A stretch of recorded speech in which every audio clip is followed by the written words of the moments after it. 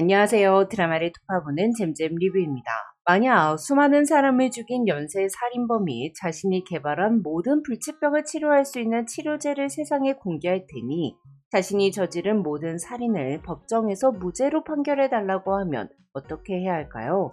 법은 만인 앞에 평등하니 그 연쇄 살인범에게 죗값을 받게 해야 할까요? 아니면 그의 죄를 면제하여 의학기술을 받아내 70억 인류를 질병과 고통에서 구원해야 할까요? 사람을 살릴 수 있는 살인은 정당한 것인가? 라는 윤리적 딜레마에 대한 질문을 던지는 디즈니 플러스 드라마 블러디 플라워는 이동건 작가의 죽음의 꽃을 원작으로 하는데요. 이 영상은 블러디 플라워의 원작 줄거리를 결말까지 요약하고 있습니다. 물론 드라마로 각색되면서 완전히 똑같은 내용으로 전개되진 않겠지만 그래도 스포가 싫으신 분들은 시청을 고려해주세요. 그럼 바로 시작합니다. 드라마의 주인공 이름은 이우겸이지만 원작 소설의 주인공 이름은 이영환입니다. 드라마는 의대를 다니던 이우겸이 교통사고로 3년 동안 의식이 없다가 깨어난 후에 교통사고 후유증을 치료하기 위해 자기 몸에 직접 실험을 해 불치병 치료제를 발견하였고 실험을 위해 17명을 죽인 것으로 나오는데요. 하지만 소설은 주인공의 교통사고 설정은 없고 대신 암에 걸린 아버지가 치료를 거부하고 사망하자 대학을 자퇴하고 연구에 몰두하며 총 4년간 223명을 대상으로 산난 인체 실험을 하여 모든 병을 치료할 수 있는 의학기술을 개발한 것으로 나옵니다. 개인적으로 드라마를 2회까지 봤을 때는 소설이 더 재미있더라고요.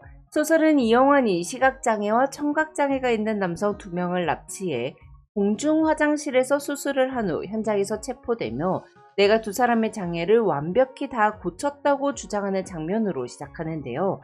당연히 아무도 그의 말을 믿지 않았고 유치장애간 이영화는 기자 한 명을 불러 자신이 말하는 모든 것을 기사로 써달라고 부탁합니다.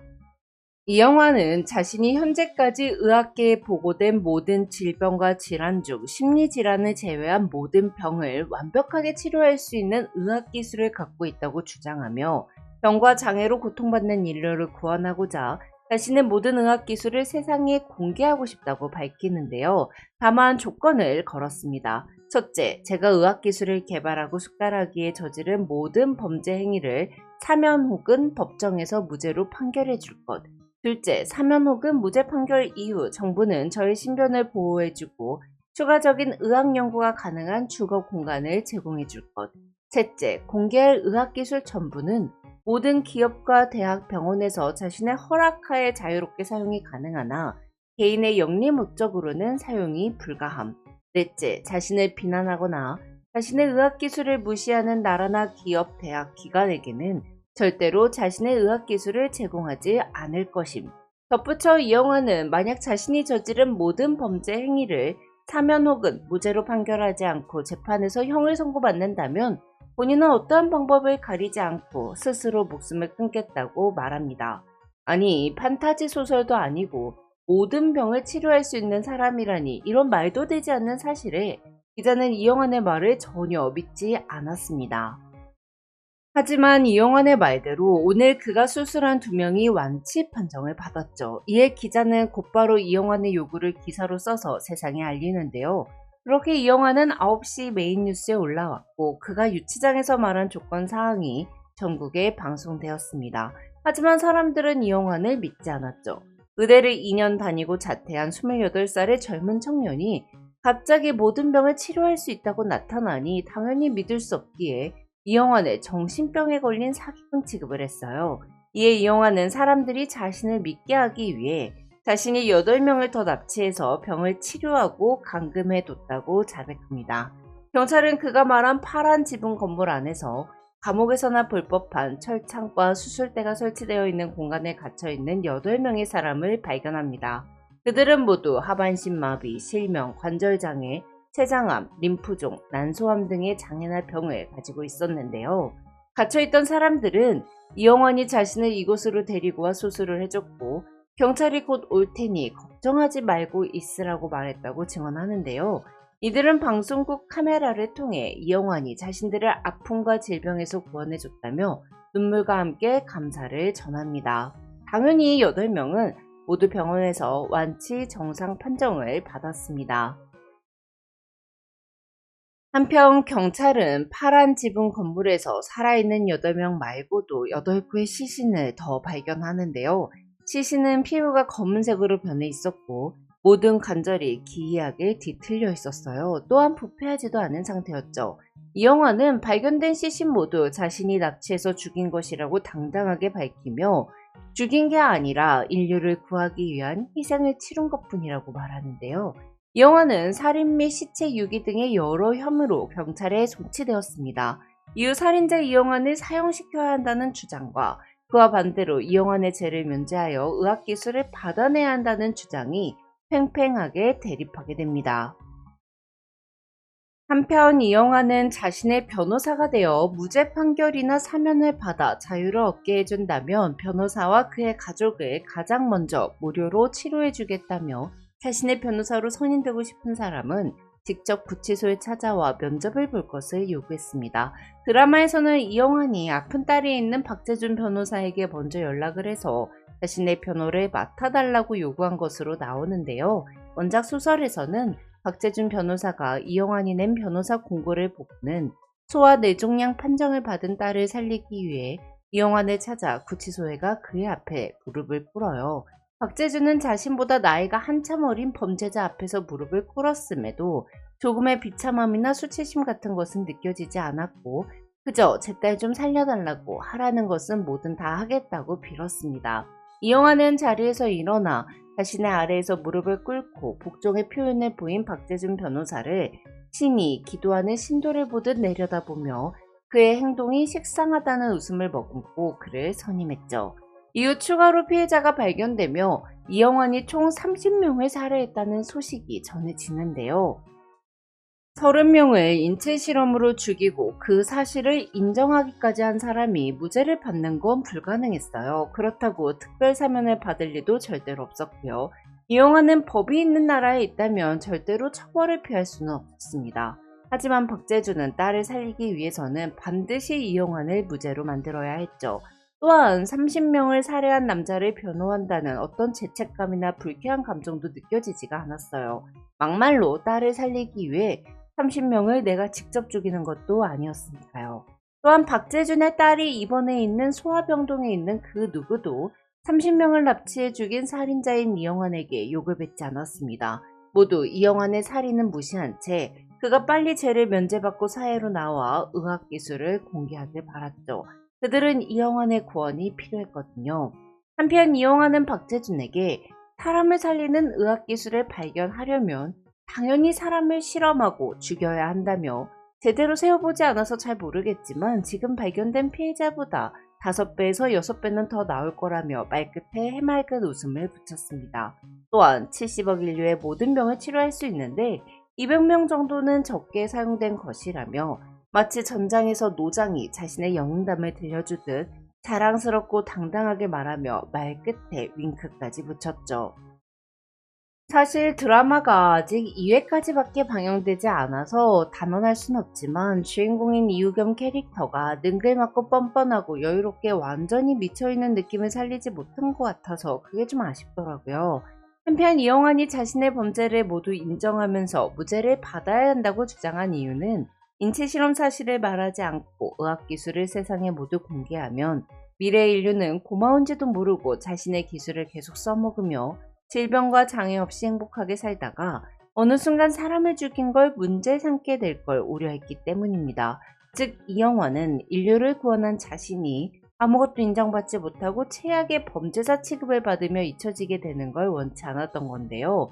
지금 모두 법정에서 죄가 없다고 인정을 받으면 나중에 의학기술을 공개한 후 그 누구도 꼬투리를 잡을 수 없게 되고 이영환은 공식적으로 인체 실험으로 223명을 죽인 연쇄살인마가 아니라 70억 인류를 질병과 장애에서 해방시킨 영웅이 되는 거였죠.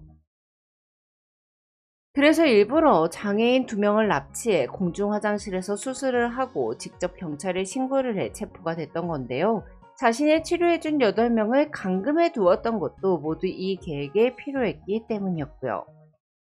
한편 드라마에서는 금수저인 차이현이 사건을 맡은 검사로 나오는데요. 소설에서는 장동훈이 사건 담당 검사입니다.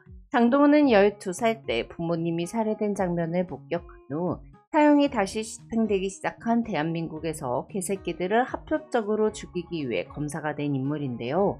어린 나이에 부모님을 범죄로 잃었기에 그는 자신의 가족을 죽인 새끼가 눈앞에 있지만 아무것도 하지 못하고 피눈물을 흘리는 유가족의 마음을 100만 번 공감했습니다. 그렇게 장동근은 개새끼들에게 합법적으로 복수해줄 용사가 되고 싶었던 건데요. 이영환 사건을 맡은 장동훈은 유가족들의 분노를 충분히 이해할 수 있었어요. 가족이 인체 실험을 당해 죽었다면 제정신으로 살아갈 수 없을 테니까요. 특히 이영환은 납치한 사람들의 신체에 인위적으로 질병과 장애를 발생시키고 고쳤습니다. 그리고 다시 질병과 장애를 발생시키고 고치는 짓을 피해자가 사망할 때까지 반복했죠. 발견된 시신들이 검은색으로 변해 있었던 이유는 암이 온몸을 뒤덮고 여러 질병이 함께 섞여 변한 것이었고, 관절이 기형적으로 꺾여 있었던 이유는 이영환이 피해자들의 인대와 근육, 관절을 인위적으로 조작해 장애를 만든 흔적이었어요. 이에 장동훈은 어떻게든 이영환의 사형을 받아낼 것이며 사형을 받아내지 못한다면 내가 직접 죽일 거라고 다짐합니다. 한편 이영환에게 치료받은 남자를 시작으로 이영환을 병으로 죽어가는 인류를 구원하기 위해 하늘에서 내려온 신으로 추앙하는 종교 이신교가 생겼습니다. 또한 질병이나 장애를 가진 사람들은 이영환의 사형 반대를 외쳤죠. 반면에 이영환에게 6살 아들을 잃은 아버지를 중심으로 모인 사람들은 이영환의 사형 찬성 시위를 벌였는데요. 또한 법조인들은 대한민국 최악의 학살자가 죗값을 받지 않고 구치소에서 나온다면 나라의 법이 부정된다고 주장하며, 대한민국은 법치국가니까 모두가 법 앞에서는 평등한데 아무리 뛰어난 의학기술을 가지고 있다고 해도 정당하게 처벌받아야 한다고 설명했어요. 223명을 인체 실험으로 무참히 죽인 악마를 법으로 처벌할 것인가, 아니면 인류를 질병과 장애에서 구원할 신으로 받아들일 것인가, 이 두 가지 딜레마는 전 세계를 뜨겁게 달궜죠. 특히 외국에서는 이영환의 말을 전적으로 믿진 않았으나 이영환이 자신을 비난하는 나라에는 절대로 의학기술을 제공하지 않을 것이라고 했었기에 이영환을 공식적으로 비난하지 않고 해당 사건을 관망하고 있었습니다. 드디어 1심 첫 재판 총 223명의 피해자가 모두 발견됐는데요. 재판장에서 이영환은 자신이 세상의 지배자인 것 마냥 모든 것을 아래로 보는 눈빛을 하고 있었습니다. 이영환이 피해자들의 시신에 방부 처리를 했기 때문에 시신들은 전혀 부패하지 않고 발견됐는데요. 이에 검사는 224명의 피해자 시신 사진을 재판정에서 모두 공개했죠. 미성년자와 노인뿐 아니라 잉태된 지 8개월 된 태아의 시신도 있었어요. 이영환은 아직 세상에 빛도 보지 못한 태아를 이용해 인체 실험을 했습니다. 모든 유전병이 발현하게 만들어 노인의 몸을 밀가루 반죽처럼 만들었죠. 사람의 몸과 몸을 붙여 3m가 넘는 인간을 만들어내기도 하고, 남자에게 자궁을 만들어 자신을 복제한 아이를 출산하게끔 만들었습니다. 검사는 이영환에게 인체 실험 당시 피해자들의 고통을 줄여줄 만한 마취나 어떤 행위를 했는지 묻습니다. 이에 이영환은 통각 제거 수술이 가능하긴 하지만 실험하는데 굳이 할 필요가 없었다며 대신 가끔 성대 제거 수술은 했다고 답하는데요. 그리고 이영환은 223명을 죽여서 2개월 정도 갇혀있는 동안 전 세계에서 60만 명이 암으로 죽었다며 지금 223명 때문에 60만 명이 죽었다고 최후 변론을 합니다. 1심 재판 결과 223명 전무 살해가 일정되었고 사형이 판결났습니다. 이렇게 되자 이영환은 박재준 변호사의 딸을 언급하며 빨리 무죄를 만들어서 딸을 살리라고 압박하는데요. 한편 정부는 이영환을 죽이냐 살리냐 하는 국민청원에 1,000만 명이 넘는 사람이 참여했으나 공식적인 답변을 내놓지 않고 있다가 국민 여러분들의 의견을 최대한 고려하여 최선의 방안으로 처리하겠다는 애매모호한 공식 답변을 내놨습니다. 정부는 사실 이영환을 살리고 그의 의학기술을 얻고 싶어 했지만 이영환의 수술을 본 사람이 아무도 없었기에 그를 100% 신뢰할 수 없어 망설이고 있었던 건데요. 이에 박재준은 정부에게 이영환이 진짜 모든 병을 고칠 수 있다는 확신을 준다면 이영환을 특별 사면해줄 거라고 여겨 기자회견을 열었습니다. 박재준은 이영환의 의학기술을 사용할 수만 있다면 암을 포함한 모든 중증 질환이 발병한 환자는 당일 진료, 당일 수술, 당일 퇴원이 가능하기에 현재 질병과 장애로 고통받는 사람들이 당장 내일부터 건강하게 살아갈 수 있다고 말하며 대한민국 정부가 공인하는 자리에서 이영환이 직접 아픈 사람을 수술하여 의학기술을 증명할 수 있는 기회를 달라고 요청하는데요. 수술을 진행하는 장면을 제외한 수술 준비 과정부터 수술 이후 환자의 검사 결과가 나올 때까지의 모든 장면을 끊김없이 생방송으로 방송하고 수술이 성공했을 경우 정부는 이영환의 죄를 사면해주고 이영환은 사면 즉시 수술에 사용되었던 의학기술을 공개하며 매년 새로운 의학기술을 대한민국에만 우선적으로 공개할 거라고 말하죠. 또한 만약 2심 재판 때까지 수술할 수 있는 기회를 제공받지 못한다면 이영환은 스스로 목숨을 끊을 것이라고 말하는데요. 한편 사회는 이영환 때문에 벌어진 새로운 범죄들이 발생했습니다.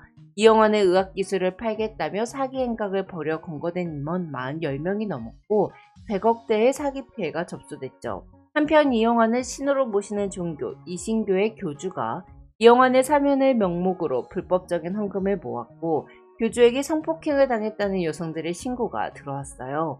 그렇게 사회는 이영환은 역시 죽어야 하는 존재인가? 라는 질문을 하고 있었는데요.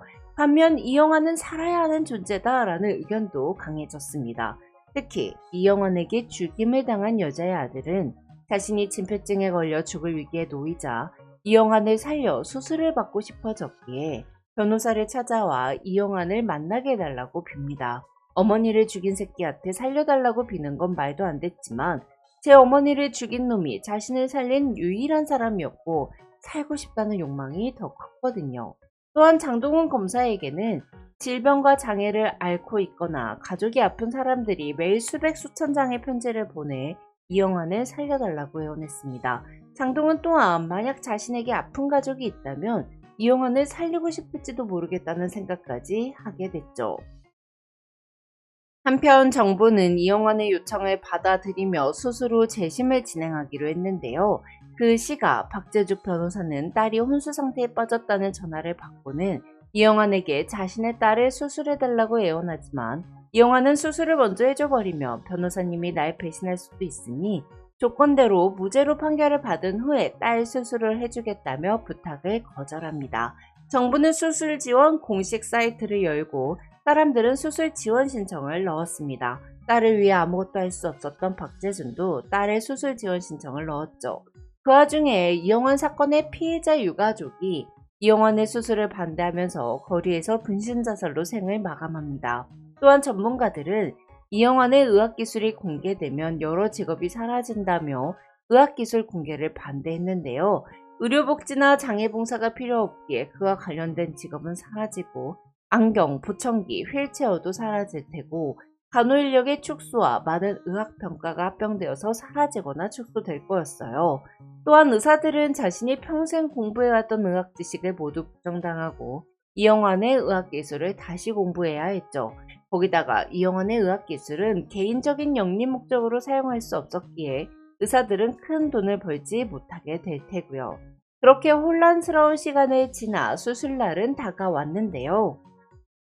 수술 대상자는 당뇨, 고혈압, 갑상선 역형성 암을 앓고 있는 56세 여자와 소아악성 뇌종양을 앓고 있는 9세 남자아이가 선정됐습니다.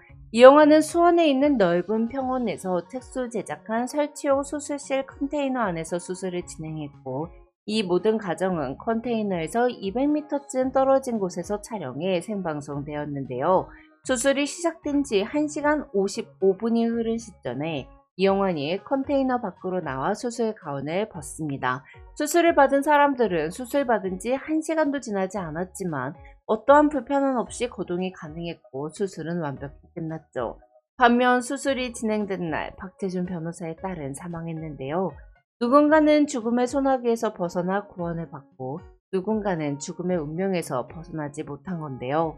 박재준은 이영환의 변호사로 일하지 않고 그 시간에 딸과 조금이나마 더 같이 있지 못한 걸 후회합니다. 이영환의 수술이 성공하자 정부는 그를 즉시 구치소에서 빼내 자신들이 특별히 준비한 장소로 이영환을 옮겼습니다. 이에 장동훈은 법이 이영환을 죽지 않자 자신이 죽이기로 결심하는데요. 장동건은 이영환에게 죽임을 당한 피해자의 가족들이 이영환이 전 세계적인 영웅 대접받는 것을 보면서 사는 걸 지켜볼 수 없었거든요. 장동건이 이영환의 목에 칼을 들이대자 이영환은 저를 죽이면 검사님도 개새끼가 된다며 제가 죽인 사람보다 더 많은 사람이 검사님 때문에 치료받을 수 있는 기회를 박탈당해 피눈물을 흘리며 죽어가고 검사님을 원망할 거라고 말하며 피식 웃습니다. 이에 장동건은 이영환을 죽인 후 70억 인류의 희망을 없애버린 자기 자신 또한 죽을 거라고 답하는데요. 검사의 말을 들은 이영환은 살포시 눈을 감았습니다. 자신의 의료기술을 가장 믿는 사람조차 자신을 죽일 정도로 거부하는데 누굴 치료하고 어떻게 인류를 구원하겠어요? 이영환은 검사에게 만약 저를 죽이고도 살아계신다면 가보라며 어떤 위치의 위도와 경도를 알려주고 그 순간 장동훈은 이영환의 목에 칼을 꽂습니다.